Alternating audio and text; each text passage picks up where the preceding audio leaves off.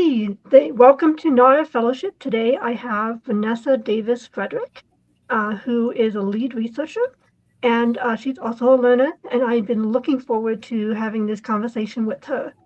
So, um, Vanessa, I'm going to start with the first question, and you can answer it however you feel comfortable answering. There's no wrong way to answer it. Um, so the question is, what was your learning journey? And some people talk about a memory that kind of sparked them into a lifelong learner. Some people talk about their academic career, from grade school on up. Some people have a mix of both. So, the floor is yours. Thank you for having me. I am looking forward to talking about being a learner. Definitely, my journey started, thankfully, in a family full of lifelong learners and people who had an education and were interested to pass that on.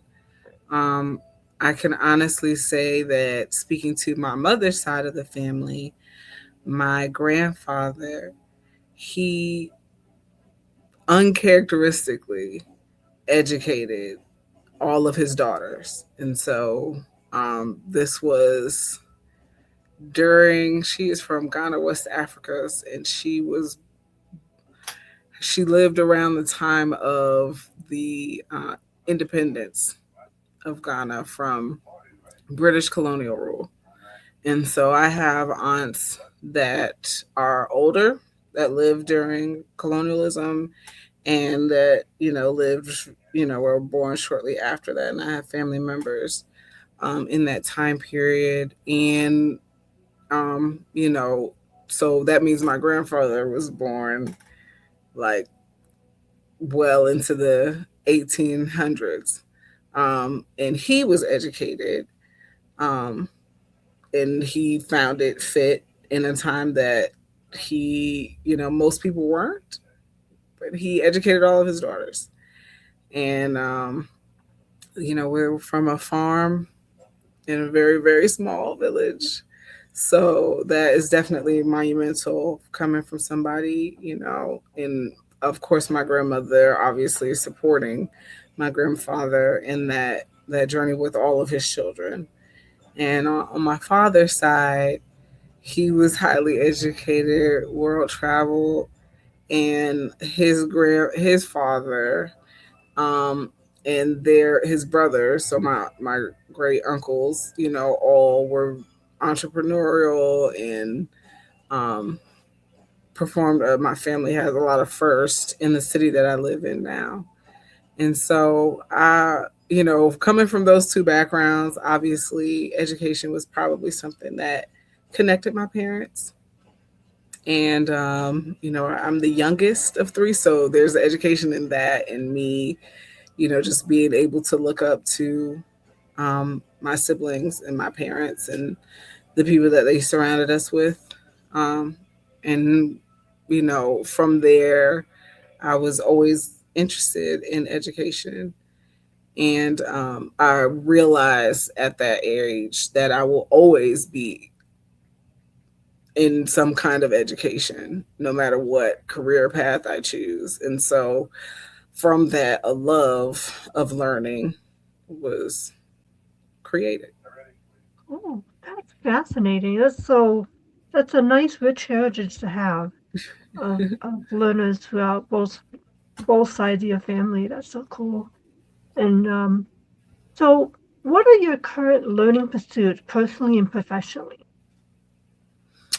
Currently, in my business, I'm doing a lot of AI learning. I'm doing a lot of can't even lie about that. And in particular, when I help people with grants, there's a lot of, now checks for certain kinds of styles of writing. So like making it sound authentic as well as learning AI capabilities. I'm on both ends of the spectrum with that. Um, I, I'm a Christian, so I'm always in my Bible, and I'm doing a lot of that with my family, my husband, and particularly, and we just around this time we're getting ready to celebrate Easter. I'm not sure when this comes out, but we're really, kind of in the Word and working together and seeing family. So that's always something that I'm learning with. And for fun, I've been looking at beadwork. My daughter, we went to the library and saw this. Sometimes they have exhibitions up at your local library, which you can see local artists. And somebody had all these, like those plastic beads that you use in school and with pipe cleaners or some. I put them in my hair, their hair. Um, but yeah, she saw somebody make these really intricate, like animals with the beads, or like, like these pots that you can set your flower pot in. And so we've been looking at that. Oh, that's fantastic. I um I apologize, I forgot to mention ahead of time that I'm so booked with interviews. This is probably gonna come out in August. Okay, no problem. But so I, I do one I publish one a month, and so I just got a whole bunch of people ahead of you, but we're looking forward to this. Um but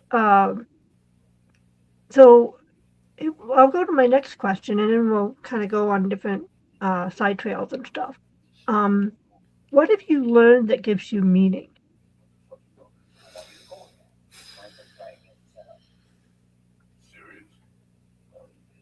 Well, like I said earlier, the fact that you're going to learn every day. If you resolve yourself, that's why I'm kind of I act against the notion in society that it's not cool to go to school, and it's not, that learning is weird and boring. And I always try and find fascinating things to connect with my family, because you will learn every day. Um, and as a kid, you're like, man, I'm gonna be done with school when I'm 18. Yeah, you'll be done with this place, sure, you'll be done with this place, but you're not going to be finished with learning in general. Even if you do not go get to college or anything like that, you have to learn whatever your trade is going to be. And things change so often that you are always learning. I'm working with a woman who's had her PhD longer than I've been alive, and she's still talking to me about how she's got to keep up with her professional learning credits so she can stay a licensed therapist. We Um, will always be learning, and that's a beautiful thing. So, let's be positive about it. Try not to feel negative about, education or people who are trying to learn. Um, just it helps bring brevity and levity. mm, um, so, I would assume that your Christian faith probably gives you a lot of meaning, and maybe even being a mother and, part of a family probably gives you a lot of meaning. Have you learned, have you kind of gone through a little learning growth of like dealing with, being a mother and everything? Because I have some friends who are mothers, and they're like, I did not know I was going to do this. It's like I did. It's It's kind of like I've learned that I'm really selfish. Like, oh my goodness. you definitely, there's different aspects of your life that you definitely get to relearn yourself. My husband likes to say, and I'm taking his quote, that I'm not saying that I'm a Christian from a place of knowing everything. Very much a part of my journey is learning and learning and learning and relearning and rereading. And even though these are stories that have been told forever and ever, is still very present in my life to this day. So that in and of itself, like you said, you learn new things about yourself. Yeah. And especially becoming a wife, and especially becoming a mother, and being friendly. Right now, um, my familiar relationships, right? Like, people tend to, ignore their family because they're always around or they've known them forever. You know what I'm saying? And that's not great to hold a relationship together. So you have to, and these people evolve and change. So you have to relearn them, and learn them again and commit to wanting to be around them. And, in particular from that, your community. So, like I said, friends and neighbors, it is super important. And so that's why that posture of positivity around education and your learning journey, it is necessary, because you could really depress yourself if if you stop being interested in how you learn, and how other people around you are learning. So, yeah, I had a lady on named Esther Lightcap Meek, and she talks about learning to love. And basically, you, instead of like accumulating and gathering knowledge, it's more of entering a relationship of loving someone to learn about them. And it's not exploitative, it's holistic, and being in right relationship with other people. There's a learning that is intuitive, um, and the relational. And so you're touching on what she talked about, is like how important personal relationships are, and not taking our loved ones for granted, whether they be family or friends. Um, because I've had a bunch of friends that we hang out with, call themselves a geek family, and I've I've known them for over 14, 15 years now, and I'm still learning stuff about them. Things kind of bubble up over time as you become closer, and the relationship has been around for a while, and all of a sudden other things that they don't feel comfortable sharing in the beginning of a relationship, that kind of comes out naturally, and out of trust and longevity. Um, and you hold that knowledge in trust and as sacred. Um, and so it's like, there's a gentleman named Ian McGilchrist who talks about the Master and the Emissary, and he also has the Matter of Things that he wrote. And he talks about how Western civilization is very left brain oriented, rational. I know right and left brain is not quite accurate biology wise, but we use it as analogies for different ways of our brain working. Um, and the left side tends to be more analytical, more compartmentalized, more logical, and the right brain tends to be more creative, more intuitive, more understanding of nuance. It's not as gifted in language. It cannot articulate stuff. That's why sometimes art speaks to us in a way that logic can't. And so, um, and what you were saying was kind of ringing true for all that stuff that I learned about. It's like, okay, it's right there. Yeah. Um, so I'd like to go a little bit more into, do you prefer self-study or classes more, or is it kind of a mix for you? Oh, it's definitely a mix. I uh, when I was in primary school, I in this area I was tested for a gifted program, which is still special education. And so part of that, it usually means there may be some other specialities you got going on. And so I do believe that I was dyslexic as a Ah, child. I still have dyslexia, a little bit here, a little bit there, reading words, switching letters around. Um, but I had like created a problem solving around it, right? And so I was able to at least function within that primary education, being considered gifted, whatever that means. So, um, going from the primary school to like college and like as I said, the workforce. Um, I like groups. I people.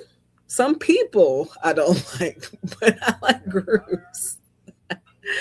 And what I believe the beauty of a group is, um, we all have each other's for that moment.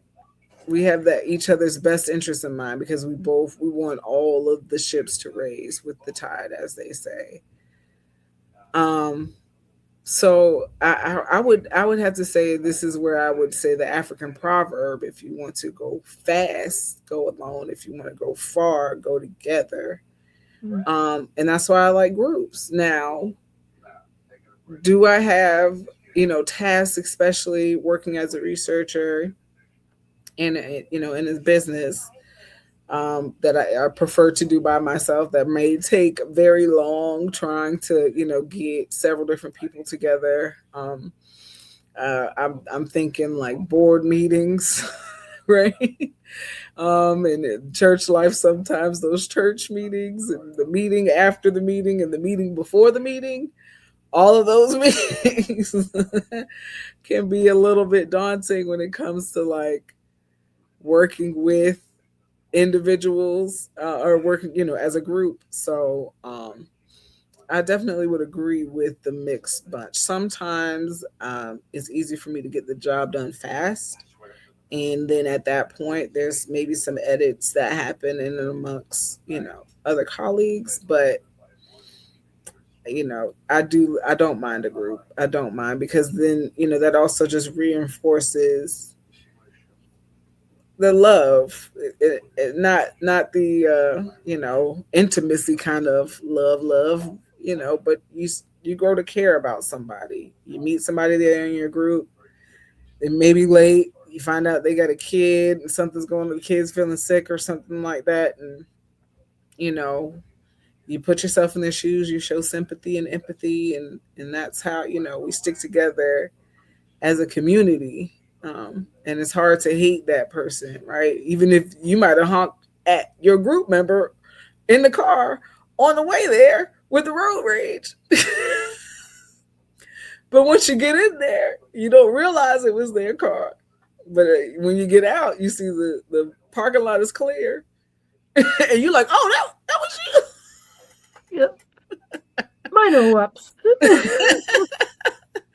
But it's hard to hate that person after that. You're gonna laugh it off. You Yeah. might have went home and complained and felt anxious about driving on that road for the rest of your life, but because you take time to build community and get to know somebody, that lightens your heart, lightens your Mm. load, and widens your love of community, love of your neighbor. Yeah. Right. So I had a couple follow-up questions.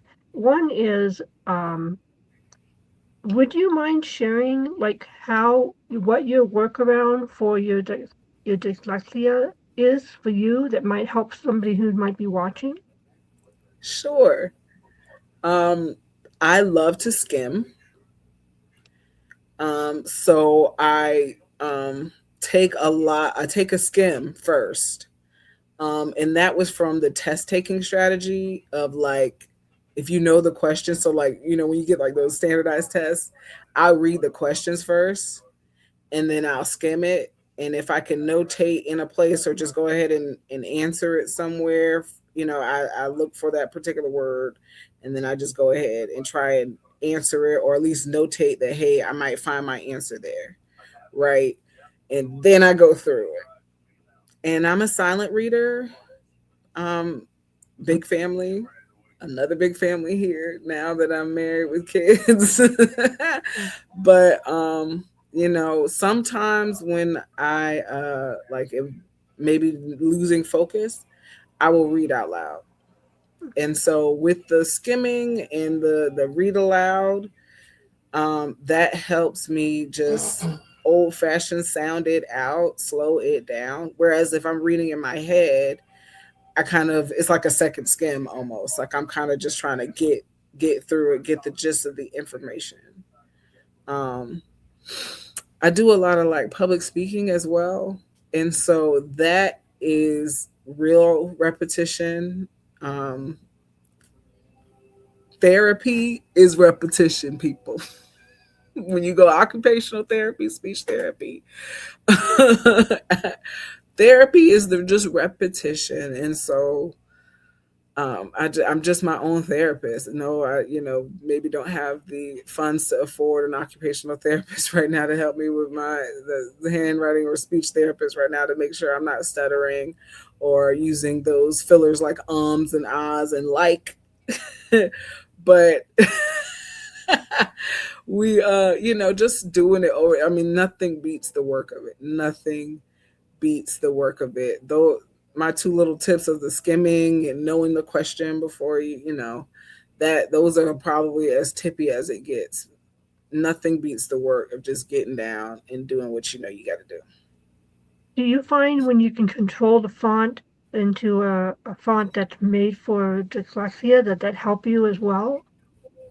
Oh, spacing helps. Um, you I know know, there's actually specific fonts like in Kindle and stuff that are for dyslexia and make it a oh, lot easier. yes. Oh, yes. So like the Times New Roman and things like that. The things in the Calibri, like softer edges, like really define what is the difference between the A and the E Yeah. in the font. Definitely. Oh yeah, all those. I skip spaces. I write really big. Um, I leave a lot of space around the rim. Especially when I'm doing the speeches. And helping with my family stuff and ministries and stuff like that, signs and how people can see from the road, like all those kinds of thought processes. You definitely want to make it easy for yourself. Like my mom would say, y'all didn't get Oreos as a kid because I didn't buy the Oreos. Aw. It's hard to be obese if you don't buy the Oreos. She would buy us fruit instead, and we would get things like Oreos, cake, and sweets, like sodas, as a treat when we go to my grandfather's house, or if we're out, eating as a family. But Mm. if you make it easy on yourself, if you um, know the tools that will help you, that have people use all the time to help, like doing that, making it easier on yourself throughout the day. I we, Me and my husband, we have like different journals for stuff. I got calendars everywhere for people to write on, for me to add to my digital calendar. We've got, piles. We have a whole kids area, right? Because I've now, with all of my issues, I've decided to procreate. So I know that I've passed down some of my issues as well as my smarts and love of education. Um, Mm. but yeah, like I still will, when I'm talking to my mom, every so often help her spell a word, Mm. right? So I Right. know that it's here, and I know that that's down here. So, and I keep magnifying classes. I have manipulations. I have like little math counters for my kids. Got the multiplication on the wall, division on the wall, world map on the wall, United States on the wall, computer. They have a whole area. Jenga blocks with different words on them. I've got prefix, suffix, and root word cards that I do with my kids on break, so their brains are still stimulated. And on the back of the card it has the definition of the prefix, suffix. Like I because that's my therapy, because I Mm. still need it. Mm. So it's like, yes, my kids are obviously getting quality time and the benefit of being with, me, but or being, in and amongst my husband and other friends, and but I'm also getting that repetition myself. When I'm Mm. helping somebody, I get that back too, and Yeah. I'm thankful for that. So I have a personal question. I'm kind of curious. I'm not a scholar or a researcher or academic, and I have a book that tells me how to actually do research, and I understand first primary resources and secondary resources and third resources or whatever the heck they're called.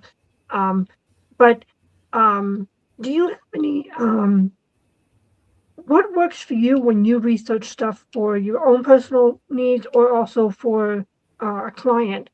Um, so what helps you sift through and find stuff? I'm just personally curious. Sure. I will honestly say I was a paper person.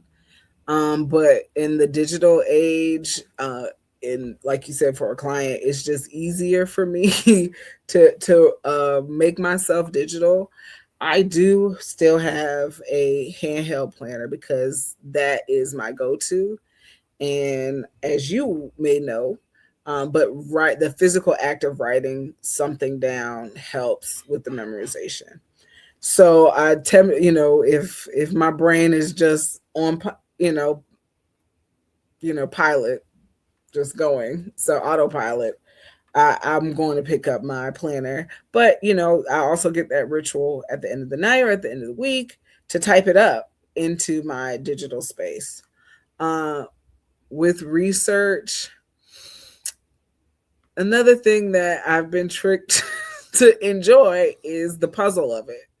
So if you Oh, like Sudoku, if you like, crosswords, if you like word searches, um, research is for you. If you like video games, it is a game. I treat it like that. I treat it like a fact finding mission. If you like stuff like Clue or Murder Mysteries, um, if you treat it like that, like, okay, how much can I find out about this? Where could I go get this? Um, and another just like main tip is loving the library. Loving the library is like an absolute, like, if you're not doing that, that is the $1 million tip of your life. um Supporting that library civically, we don't have to get into that, is definitely a main part of it. So when you're talking about budget and stuff like that, make sure, wherever you live, if you already love the library, make sure you're still supporting it civically by electing people who will approve the budget, electing educators, electing a variety of people in your neighborhood. But because there's different roles in the library. There's like a board of trustees that sometimes your mayor can appoint, and they get to run what happens at the library. So it's super important for you to support it civically, and then obviously, typically your city or your county will support a budget for the public library. If you're in college or if you have access to a college library, go there too. Love that too. The people in those spaces love research. They love the puzzle of it all, as just like I described it. So they are going to be a boon to helping you find whatever it is you need. And you're right. There's primary sources, secondary sources, all kinds of opportunities for you to find different ways to get your information. But I definitely feel like understanding the importance of a primary source is super important now in the age of AI.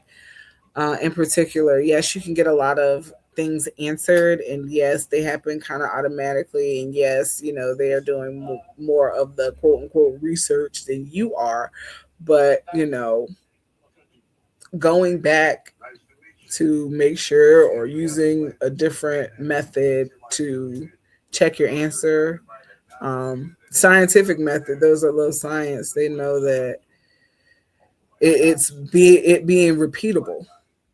So making sure that the website you pick the next day is still there is a good start, because there's so much information in an age of information. It's a lot to swim through. So that's a good thing.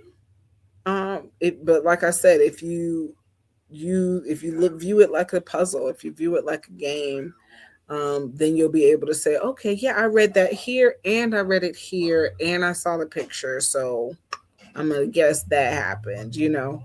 Um, and you can just enjoy the journey of it until you find your answer. mm. I imagine grant writing and being a researcher, you have to figure out how to validate something is real or not. What are your to-go sources that you like? Do you do a fact checker, or is there a particular library resource that you find helpful? Or Yes. All in all, that resource desk is definitely helpful. But the library has things like, for example, if I'm helping a client with an invention, they not only have like the updated book publications of like the U.S. patent, they also have it digitally. If I'm doing some press release or something, public relations related, I can go to the library and look at all the newspapers as well as the newspapers of record. So, you typically have one locally in your area. Um, and then you'll have like the national ones that you can hold up, like the New York Times and the Washington Post and, things like that. Um, when I go to help with genealogy, and, if we're looking at, I have a United States or group called it's a nation within the United States that many people do not know about. It's called Gullah Geechee Nation. They are federally recognized. Their nation comes from North Carolina, Jacksonville, down to Jacksonville in Florida, along the coast. And most people of African descent come from that area. I am Geechee. I Geechee. I live in a sea island in that area, so I do help them with like genealogy and things like that and heirs property. And we go up to the very top floor of the library and look at the genealogy records, look at yearbooks and church records, and how old maps used to look and what the city used to look like. And so there's just so much.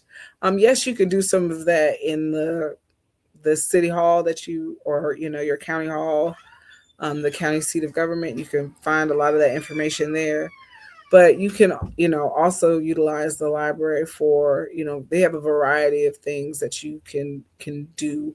Also, in particular, in grant writing, right, this is no secret. It used to be called the Foundation Directory or GuideStar, but it's now called candid.org.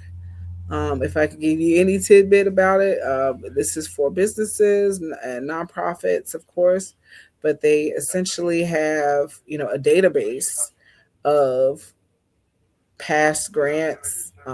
They usually are about a year to 6 months behind because obviously they have to get all the information recorded. But essentially, if you are thinking about starting an organization, you can look for other organizations that have a similar mission to what you're thinking about starting and see their entire fundraising strategy. See the grants that they went after, and you can do your back research on that. So then you go to the website of that organization, and they all usually have a little write up about, okay, we gave this grant to this organization, and this is how they used it. And then, hey, that program looks like the program I want to start. Right. And so you get to find out how to write the grant, who to talk to about it.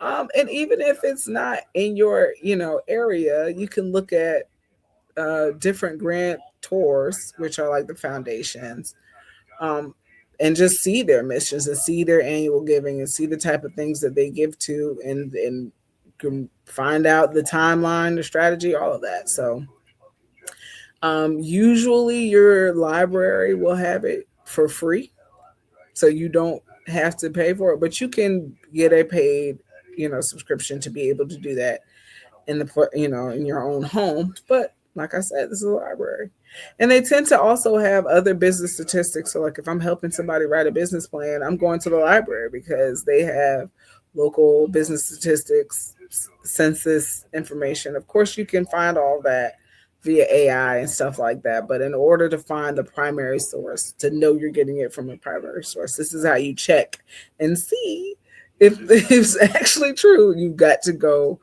to your library and learn to love them. And look, library people will look out for you. So once they start seeing you research stuff over and over again, or spending time in different areas, they will start imparting knowledge on you and different places to go and different people to speak to. It's a community. It becomes a community once you um, show your interest. Cool. That's really cool. I appreciate you sharing all that. What got you into um, learning about grants? Was it for personal reasons and then you started to help other people? Or was there other people you wanted to help and you just learned how to do it by doing it? Or what's your story there? Well, I was born into a family that participated in um, events and did a lot of nonprofit things around in the city. And that really kind of formed my time with helping them and doing things for them. Oh, So, program management, running meetings, secretarial work, like you're just keeping down the records, treasury kind of work. On top of my family's nonprofit, we were 4-H kids. So we did a lot of civic learning, farming, all kinds of stuff, hands on stuff like home economics that we weren't getting in school. Um, so I was kind of just in this lane all my life, and I went to school. I went to school for political science, okay. and I ended up in London for a little bit and got a degree in international political economies. And came back because I was like, I'm going to change the world, but I don't really like blood, so I'm not going to be a doctor. So I'm going to do it through politics. And just found out that every layer of politics is super nasty and divisive. So I never wanted to be like a politician. I just wanted to work on campaigns and help. And even in great campaigns that there's an underbelly to it. And Mm, so I said, okay, I definitely don't want to do that. And I started teaching, and that definitely helped me unlock more of those strategies that I use to this day. Around the time I started teaching, I got pregnant with my first child, and that in and of itself was just like that, and like a new wave, like Vanessa 2.0, as all your friends have said, because now is you have somebody else that's really dependent on you, so you gotta like behave yourself. You can't just be as reckless as you used to be or not really think things through. You've got that added responsibility. mm, So, um, like I really feel like my journey in using those tools of learning, definitely all of that's them, okay. all of them, kind of congealed together, from doing the politics and the grassroots, kind of community organizing, which is what I did right after I graduated, to teaching, right? That kind of puts you in that research because you want to find strategies that to help your students. And I in particular was an ESC teacher, so I worked one on one and in small groups with kids that I saw myself in. Um, So once again, another opportunity for that therapy. And then past that, I started helping to run my parents' nonprofit organization around that same time in my spare time, whatever that spare time was. And from there, I started working as a development director. I was doing a lot of cultural and informative events around town and just kind of got a name. I was doing a lot of events at a particular venue, and it happened to have a Black History Museum there. And, they were like, hey, would you like to do this for us? And so I took a position there, and was obviously still in that development space, something that I've been doing as a child. Campaigns are also fundraisers, so similar work. Are we working in the community through those $5, $10 donations, through memberships and things like that, or on up to corporate sponsorships, grants, um, and other deals, partnership deals that can help further a mission of a business or a nonprofit. And so after that position, well, during that position, COVID happened. And I got a great realization about what is important in life. And around that time is when I decided to start working for myself and start the business of doing talk, which at the beginning, the first year or 2 years, I was a grant writer. And I had to pivot from being a grant writer to to being a virtual assistant and working with other virtual assistants because I realized that getting funding is really not that difficult, but you have to be prepared to receive it. And a lot of businesses and organizations and even individuals, like I hate to leave them out, but individuals like artists and teachers can get a lot of grants and scholarships and awards in that way too. You don't even have to have a business. Um, they can they really just have to position themselves for it. So how would an artist or a creative person or a business person position themselves to receive the grant properly? What are the things that they need to do? Well, I hate to say it, but it's almost worse than getting a loan. Oh, It okay. is if you're prepared to get a loan, you're like 75% of the way there. Isn't that something? But think about it, right? This foundation, they have found a way to create this capital. So assume the role of a parent. When you go to your parent, you ask for $20 to go to the mall, or now it's probably 50, right? Your parents are going to ask you a few questions. What are you trying to get? What other ways have you gone about trying to get money to take care of this problem, or take care or help yourself? Um, if I don't get you this money, will you be able to get it? Like some people are very surprised to get the question of, if you do not get this grant, are you still going to be able to complete this project? But oftentimes that is a question that they ask you.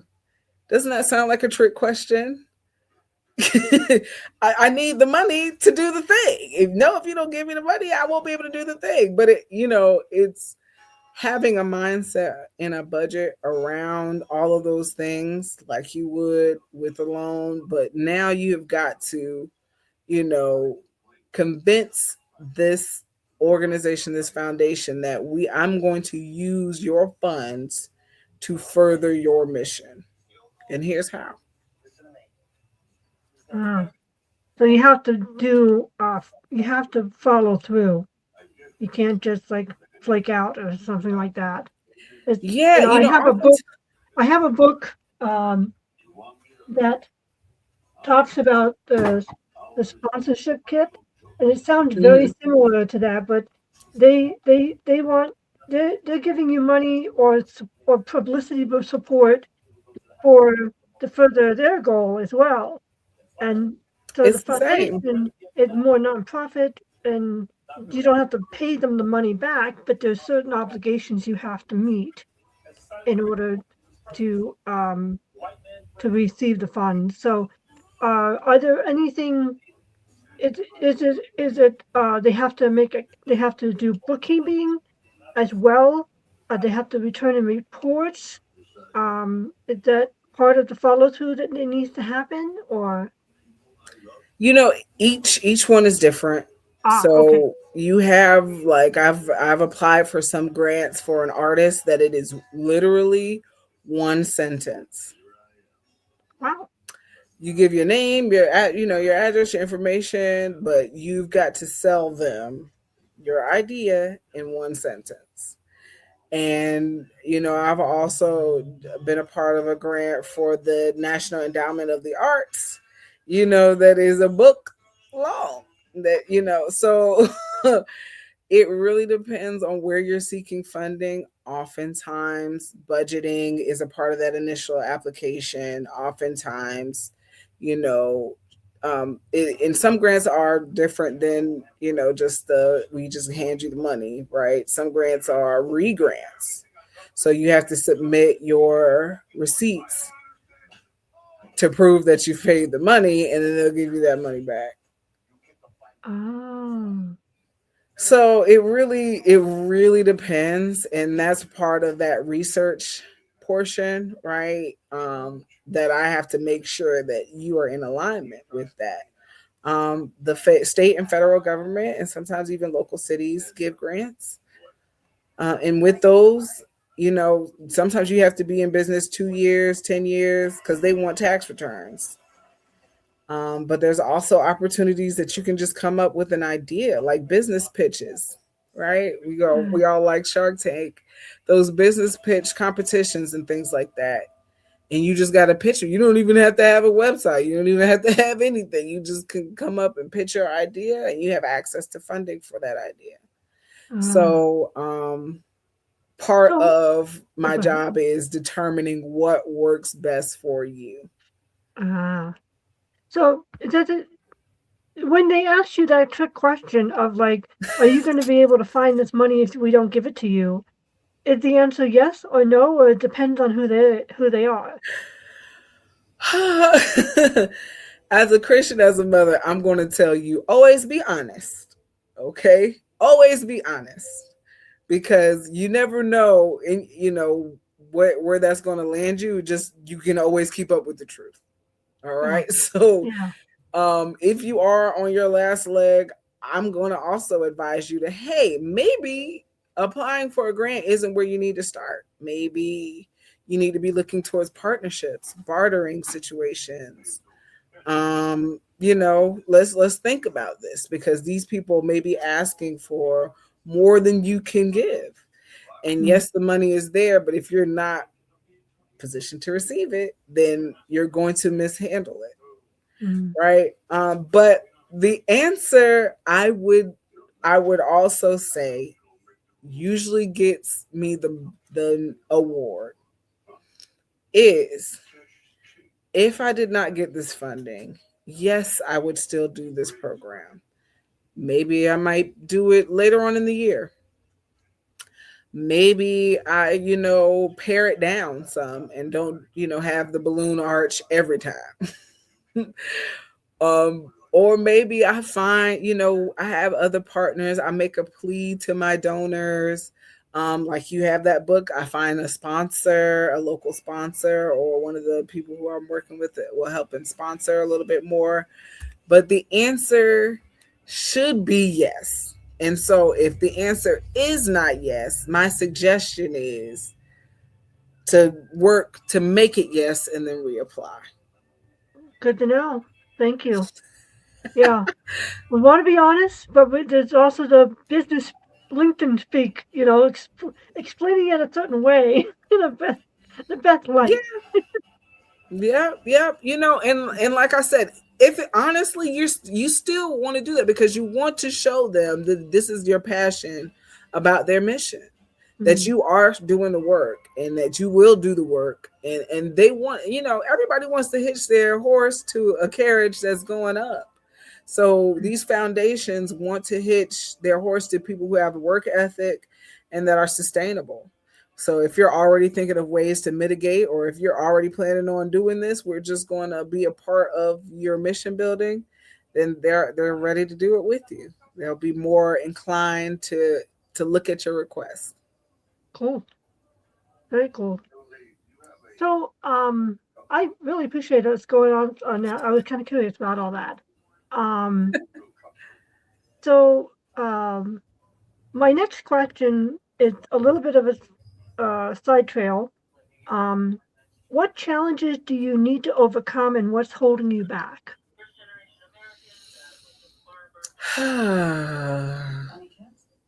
And you don't have to, if it's too personal, we can skip Anxiety. that question.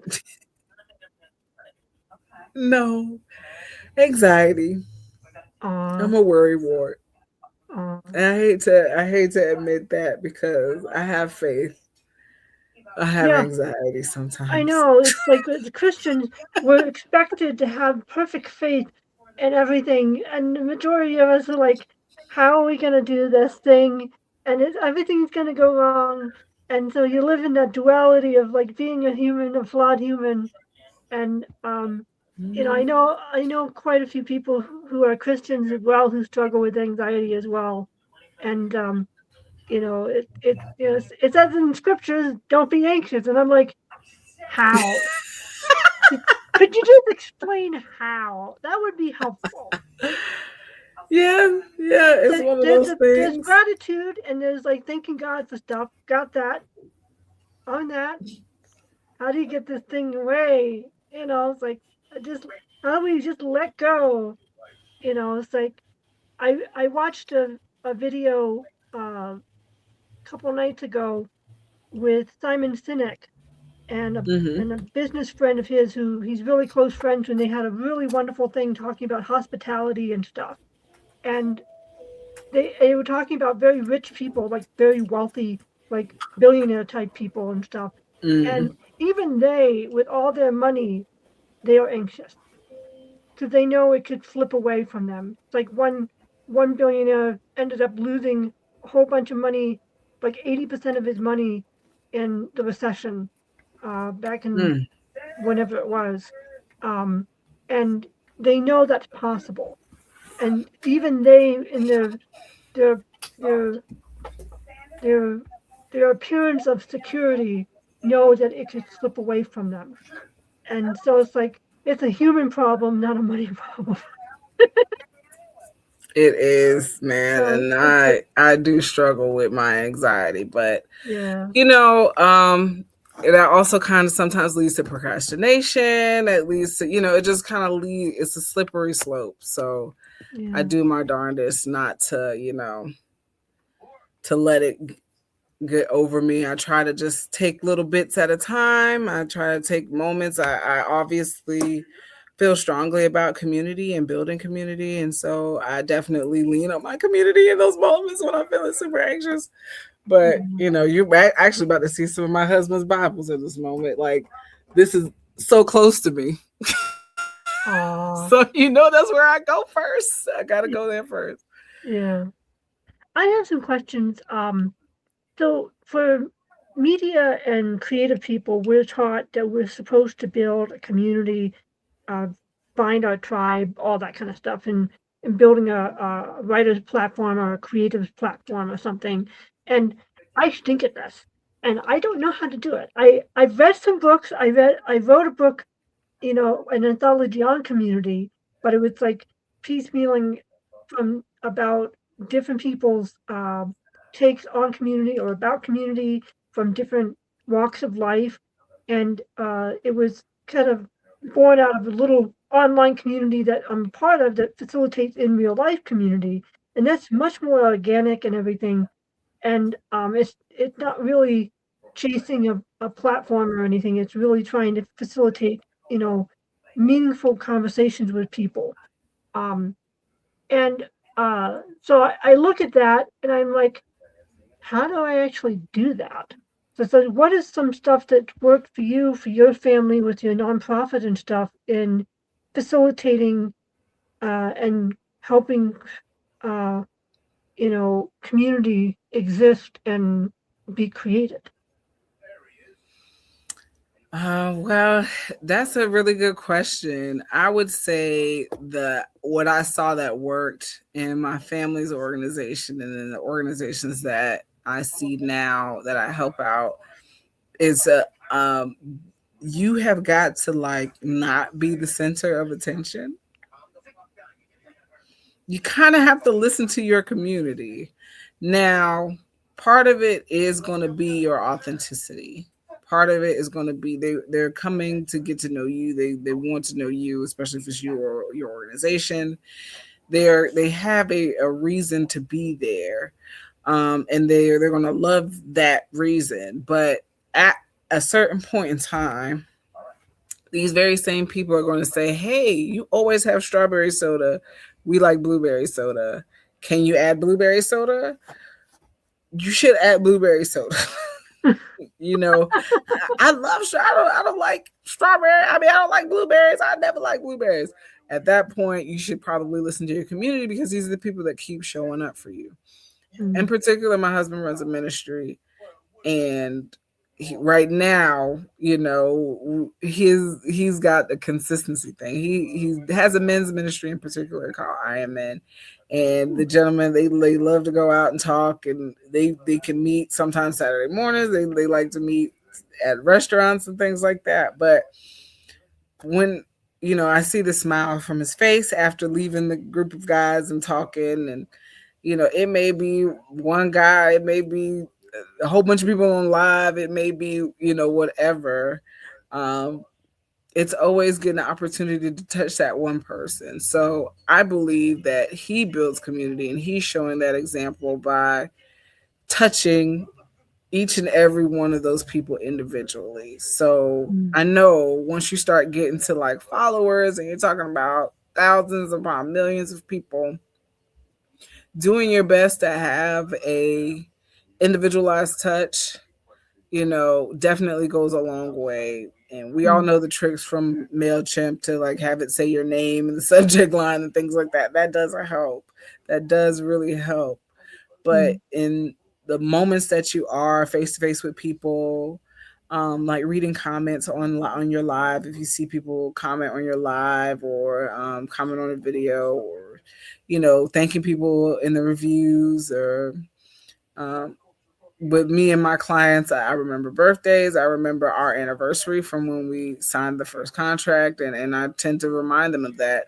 I even go back to clients that are no longer mine, and I check up on them, and I ask about the kids, and I ask about the projects that we worked on. And you know um, they may never give me another red cent, but they may refer me to someone and say, hey, I really had a really good time with her, and she was really personal with me.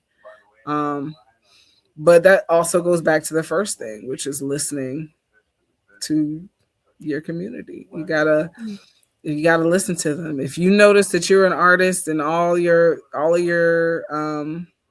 fans listen to another artist, as well, or a majority of them listen to another artist as well, consider doing a collaboration with them. You mm. know, Yeah. and seeing who in their audience might want to listen to you, or get to know you. Mm, But I know a lot of people say, just be yourself, and that's a given. That is a given, and I'm not telling you not to be yourself, because these people want to be around you or they want to join your community for you. But um, it's part of that decentralization, or you know, or servant leadership. mhm, That just we're all drawn to. mm. That's helpful. Thank you.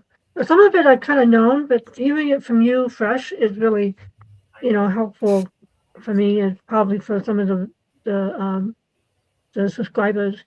Um, I'm gonna go another track here. Um, what are some um, what are some problems that you have dealt with successfully? How did you solve them? Um, well, um, some problems that I've dealt with successfully. I have helped people create plans and work outside themselves. And it's one of those things that we were kind of talking about earlier. Finding the information quickly, I could do that by myself. But really, at the end of the day, a lot of it is about reputation, or their standing in the community. So making sure I'm getting input with other from other people, and um, finding a well-rounded well-rounded answer to whatever the situation is. Um, I mean, really, right now it's tax time, so like a lot of my clients, we're talking about like we're talking about like where are the receipts for this and Oh, yeah. things like that. And so, Oh, in business, as with most things, it's about your systems. It's not even about like you personally. So, um, like for example, my procrastination, right? If outside of my system, I have an assistant, which I do, and she keeps on top of me and asks me about the things, then I have someone that I have to be held accountable to. And if I'm not doing what I am supposed to do, she can't do her job. mm, So part of all of that for me is definitely using my community. That's why I treat them so good. That's why I listen to them because they stick around me and love me. And when I when I need them, they're there for me. It's definitely important to have a good community of people, and I also want to add in the word intergenerational. I have people in their 70s and 80s that I spend time with that are on friends and they're not necessarily family members, on down to young people. Having that variety of people really helps form all the best decisions. mm, Diversity is important. yeah. It's, it's like in scriptures, Jesus picks the zealot as well as the tax collector. Talk about political spectrum there. It's like we need a bunch of people. Society is made up of a variety of people, and we need each other to actually function Hmm. together as a whole. And so it's helpful to keep that in mind. It's like not everything is a hammer or a screwdriver or a flashlight. Hmm. Hmm. Absolutely. So, um, I'm up in an hour now. Are you doing okay on time? We can go for like 15, 30 minutes, you think? Sure, I could probably squeeze another Okay. 10, 15 in.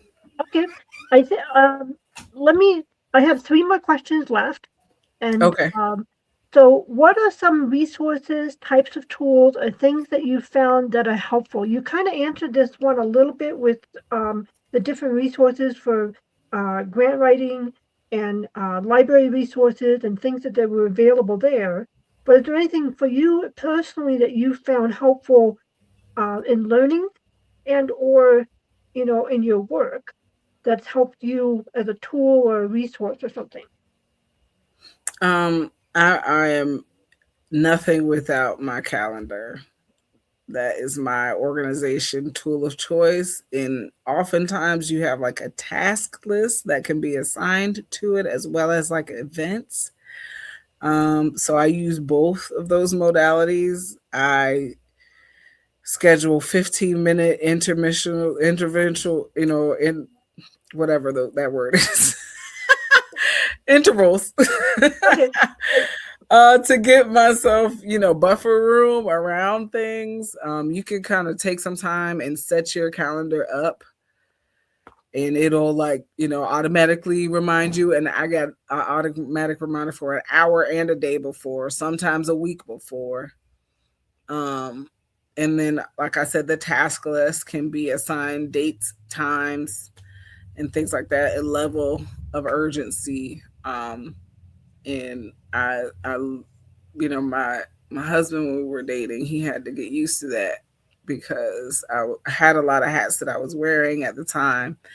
And I will be honest with you, I sounded a little impersonal about it. Like, Oh, if it's not on my calendar, I don't know what's happening. But I think now we utilize plenty of calendars, especially with all the children, so they can come in and write something down. Say, I got a field trip here, I got so and so's birthday party here, and then I look at both my digital work calendar as well as my family calendar and make sure that I, at the end of the day or at the end of the week, that I'm in alignment with what I got going on.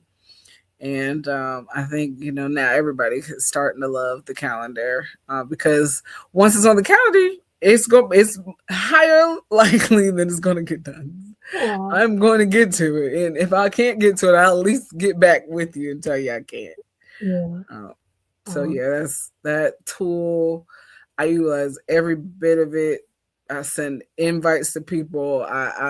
You've got to have a good and just for this day and age, it being digital, I can find it anywhere. So oh, even if I don't have my phone or my iPad or my tablet or a child or I can find it. I can log in somewhere and figure that out, and oh, so I can stay on task and in the know. oh, awesome. Um, what are what have you learned that you found helpful in your own uh, thing? It's like uh, that's an open-ended question, and you can take it any direction you wish. Sure. Besides that, you know, education is important. You're going to be learning no matter what you do. Besides, looking at what I do, whether it's a math problem or, research for my work as a puzzle, um, I am learning for this anxiety issue that I have, presence. And, it is a commandment to hold that Sabbath. Got to keep it holy. And you need rest. Like, you cannot run yourself to exhaustion every time because your body is going to wear down. So I'm thankful for that kind of Sabbath mindset. And then I take that into work. And there are only so many hours of a day. There are only so many things I can get done. There's always going to be something else that needs to be done. It's never going to be a day where something else doesn't need to be done. And guess what? Surprises come out of nowhere. Good surprises, bad surprises, they're always coming. So at least I may not know when, but I know it's coming. So if I can take that moment and instead of feeling anxious and instead of saying I didn't get here or I wasn't able to do that, I can write it in my book for tomorrow on my agenda to make sure it's at the top of my list of things to do. I can, delegate, whether it's housework, homework, whatever's going on, my work, the other organizations that I'm a part of and help out. I can always find a different way to look at it, but I should most importantly focus on being present and Mm, understanding that, hey, I am here in this moment. Maybe I accidentally burned my arm earlier on the mm, iron, or maybe the kids need something else. They're hungry again, or maybe I'm not. Me and my husband are supposed to be going out on a date or something, and I'm running late because I'm trying to figure something else. I like to take deep. I like to do breath work and take that moment and just kind of recenter myself. Um, Remember all the blessings that I have. Remember the blessing of this family. All the things you prayed for, like, man, I prayed for that job and now I can't stand anybody there. Or, man, I prayed to have this big family and now I never have a moment to myself. I mm, have to really be like, okay, yeah, you did pray for this. You wanted this. Remember the benefits of this. Remember, why we're holding on to this, and then remember the importance of this in your life and how it makes you, feel and behave and do. Um, I love spending time with my family, but they're also my mother and my sisters have known me my entire life, and I'm the youngest. So it's mm. remember when you were peeing in the bed? Thanks, guys. Needed that. Yeah, I totally needed that. So I have to take a breath sometimes and remember, you know what? It's a beautiful thing to have these people to be able to laugh about these stories with, Mm, right? Instead of feeling anxious or angry or, feeling like I want to separate myself further. I feel like it definitely helps me be a better mother. It helps me be a better wife. It helps me be a better person. a better sister, a better daughter, just to kind of in the midst of, and this is coming from a woman who wants a virtual assistant agency, in the midst of all of the things, if I can't make it, I'm going to tell you I can't make and that's going to be okay. Like, I cannot force things to just fill my day. That's where the anxiety comes. That's where the worry comes. So being present, relying on that calendar and being present are two of those really important things for my health, well-being, and hopefully you all can get that centering moment several times a day. Yeah. That's very insightful. I've not heard that before. That's really cool. I appreciate you sharing that with us. Um, do you have any thoughts or questions for me? Besides, well, I've read the website, so I know why you started all, but I'm curious to know, like, this, what you're doing is a form of research, right? And Mm, so yeah. what part of it is something that you like, are you looking at it like a puzzle kind of thing, or is it more like you're sitting at the feet of, all these different teachers that you get to meet? Like, what keeps you going in this space of learning? Well, last night I kind of came up last couple nights I kind of came up with a kind of crystallized explanation of why I do what I do, and I'm driven by curiosity and connection. I'm generally really curious about learning about other learners, and I came up with these questions as talking points to kind of understand other learners and where they're coming from. And everybody has a different story, and there's a lot of commonality to it as well.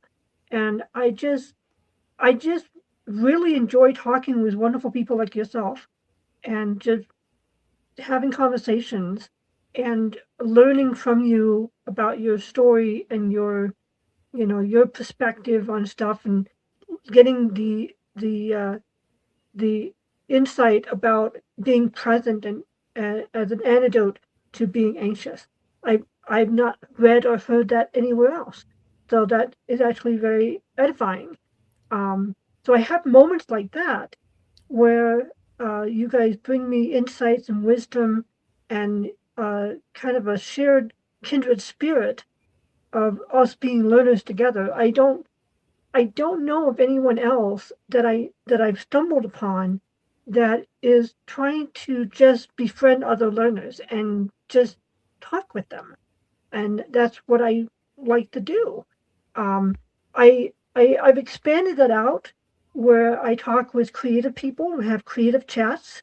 I'm also expanding it out to talk to other people who are in the memento maker space. I have a small little business where I do legacy keepsake interviews, where I will talk with maybe your parents or your grandparents, and I will hear their story, their history, like the wonderful story you told at the beginning of the heritage of education in both sides of your grandparents' stories, of both of them, training their daughters and their children in education and learning and edifying them and giving them wisdom to have being equipped to deal with life, not just the practical adding one and one and and how to bake a pancake, but actually like learning how to think and learning how to navigate the world and figure stuff out, and having a love of learning. That's a wonderful heritage. And what I would do is I would interview like maybe your grandparent, like your grandpa, and listen to his story of how he was taught as a young boy about learning and education and what were important to him and his family, and get his perspective on the change in society, and not only from Africa, but also from the United States, and the difference in the culture that we are separated from. Everything from like eating a fig. what are the fig? It's like I only had that like, last year. I'm like, oh, this is what a fig looks like. I've always known figs from fig Newtons, like, different things, different perspectives. Um, and had that as a digital keepsake for themselves and their family.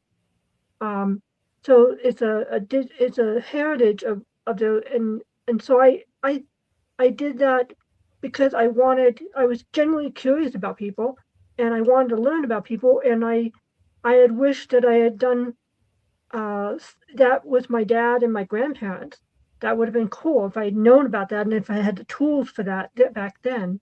I did interview my uncle, which was really cool. He's a reporter, and he was a reporter. He's retired now, but he was with the Voice of America and stuff, and so he had all a bunch of world travel adventures and stuff. And I got to know him personally better. He lives in a different state, and so I haven't had very much time to actually interact with him. So it was really a blessing for both of us.